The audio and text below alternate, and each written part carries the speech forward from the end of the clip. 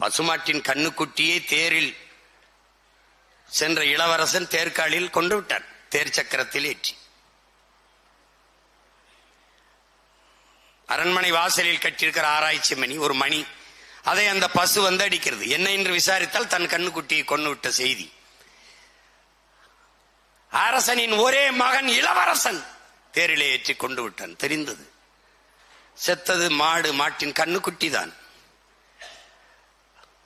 ஆனால் அதற்கு நீதி சொல்ல வேண்டும், அதற்கு நீதியை நிலைநாட்ட வேண்டும் என்று அதே தேர்காலில் தன் ஒரே மகனை ஏற்றி கொண்டான் மனுநீதி சோழன் என்று படிக்கிறோம்.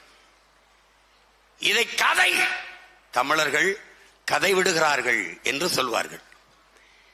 ஆனால் என் அரும் தம்பி தங்கைகளே, கதையில் கூட தமிழன் நீதியை நிலைநாட்டினான் என்கிற வரலாற்று உண்மையை நீங்கள், அதில் உணர்த்த வருகிற உண்மையை நீங்கள் புரிந்து கொள்ள வேண்டும். எத்தனை மன்னர்கள், எத்தனை மன்னர்கள், ஆனால் தமிழின மன்னோர்கள் தான் கொடையில் வள்ளல்களாக இருந்தார்கள். பாரி, ஓரி, பேகன், ஆய்நெல்லி, அதிகமான், காரி என்று 7 மன்னர்கள் கொடையில் சிறந்தவர்களாக இருந்தார்கள்.